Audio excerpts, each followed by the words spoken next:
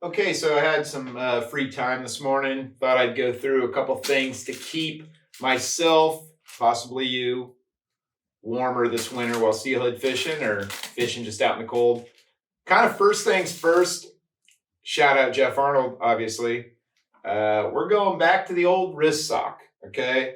You guys have heard me talk about this before. This is what it looks like. It's a, you guessed it, sock that goes on your wrist and then fold it over. And so basically, you put your layers on, merino wool, down coat, whatever. Before you put your raincoat on, kind of roll your sleeves up a little bit, pop this sucker on. So your stuff's kind of up here. Then put your raincoat on and kind of reef the closure right here. The companies do their best to keep the water out, but it's raining, you're rowing, stuff just trickles down here. It kind of soaks into this layer and then it just moves its way up. And before you know it, you're sopping ass wet and cold. So this makes a huge difference actually. When Jeff first kind of told me about it in Alaska, I was kind of laughing. He's cutting all his crew socks that have holes or just stretched out or whatever, mismatched. And, you just take a crew sock and cut it right there and that's it. Pretty simple. So, I have like, 5 or 6 pairs of these in the boat at all time and I'll swap out. If it's really coming down, kind of too raincoat type of day, I'll have one on, next spot, a couple spots down. I'll pop them off. You don't know how nice it is to put something really dry on your wrist until you do it. Highly suggest it. And then, if you catch fish or something, obviously you're keeping them in the water, you're keeping them wet. I don't know why that was an air quote. And because that's what you do.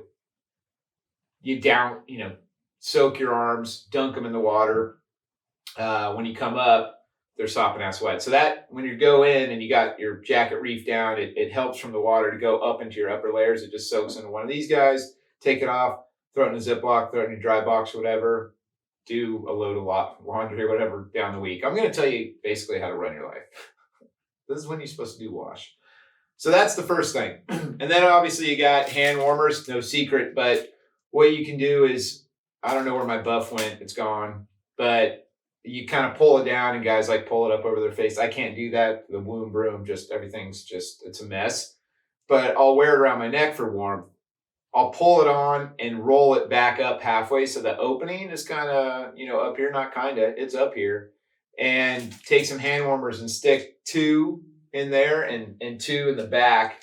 It was kind of a happy accident. A couple of years ago, we're landing a fish and I had some like in the tops of my gloves or something. It was kind of sleety, snowy type of day. So I'm messing with this fish, all of a sudden I get done. I just have sopping ass gloves. I take them off. I've got wet hand warmers. I'm just like, what do I do with these? I had a buff on. I just shoved them in there and was doing other stuff. About an hour later, I zipped my raincoat up and I kind of did one of these and it pressed the hand warmers against my neck. I was like, ooh, that's decadent. So on the really cold days, yeah, I'll get 2 and like I said, put them in the front, put them in the back, zip my raincoat, holds it tight, and you just have this little kind of like just neck heater all day. It's really warm. Feels good. Moving forward, if you're lucky enough to have boot foots, meaning you can afford them and find them, these are good too. This is the foot ones. The photo is a photo of it on the bottom of the boot. That's like on the bottom of the outside of the boot. What world does that work? Like it's going to go through the rubber sole into your, I don't know. Don't put them on there and don't put them on the bottom of your sock in your boots. It needs oxygen. They're oxygen activated or air activated, whatever. So in boot foots, there's a little kind of reservoir at the top, a little air pocket just above your toes. It's just the way they're built. Stick this like on the top of your sock, on top of your foot, not the skin, you'll burn yourself. And then kind of slide your boot in. As you're waiting and like standing there swinging or whatever, you kind of wiggle your toes in it. It's just this nice little heat source on your foot. And I mean, it's a significant difference. It's really warm. The last one is shout out Ben Glick. You guys have heard me talk about this too. If you don't have boot foots and you've got a pair of wet wading socks, what you can do is there's that little clip that attaches to your laces that just bends and then never goes around the lace and you can't ever get it on there ever again. cut that off. Just cut that off once you get these to begin with. But definitely cut it off if you're doing this system. You want to find the world's thinnest sock, a dress sock or merino wool is great. Pop that guy on. Pop this guy on. Don't roll it down, just leave it knee high.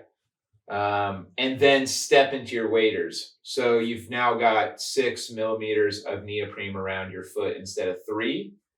To compensate for that, you're going to need a larger boot. So say you wear a size 10 street shoe, you obviously go up one size. I wish somebody would have told me that years ago when I first started fishing, because I got my street shoe size and my feet were ice blocks for 2 years. So one size is normal. Go 2 sizes up because you've got double the neoprene now. These are like the Sims G4, the Pro Lock system. I got to be honest, when I saw it, I was like, I don't know, fellas, it's kind of a lot. But they grip really good. There's another company that's kind of got bars out. I won't say who they are. They're okay in the water. They're a death trap on anything dry, especially logs or especially dry wood that's smooth. I like fractured my tailbone years ago, crawling over some. These actually stick on everything and they last a long time. Like these are all through last winter. I never had to change them out. So, you know, if you're old or if you just don't wade that well, or maybe you skated a bunch and got bad ankles, you're prone to rolling your ankle. The G4s are really, I don't want to say stiff, but they're the most support at any boot I've used. I like the flyweights in like the summer and fall because they're like a tennis shoe, like a hiking boot, but they're not very warm in the winter. There's not a lot of mass on them, and they're a little not floppy, but like if you're wading big boulders and stuff in the winter through runs, I want a little bit more support myself. So merino wool sock, pop this guy on into your waders, into a wading boot 2 sizes larger than your street shoe. You basically have boot foot light. They're extremely warm. Match that with your old wrist sock and a couple of these guys in your neck buff, and I promise you, you're going to be significantly warmer throughout the entire winter. You're going to, feel better fishing. You're not going to call it early. You're going to look outside, see the temps and think, hey, I can still go and be comfortable. So I think that's it for the tips there. Those are the 3 that I utilize a lot. I bit the bullet, got boot foots a couple years ago. Shout out Brian Sylvie. He convinced me. He's like, you are a very stupid person. They're so comfortable and warm. You're on the water a lot. Just do it. So yeah, those 3 things make your life more enjoyable this winter. And yeah, go catch fish. That's it.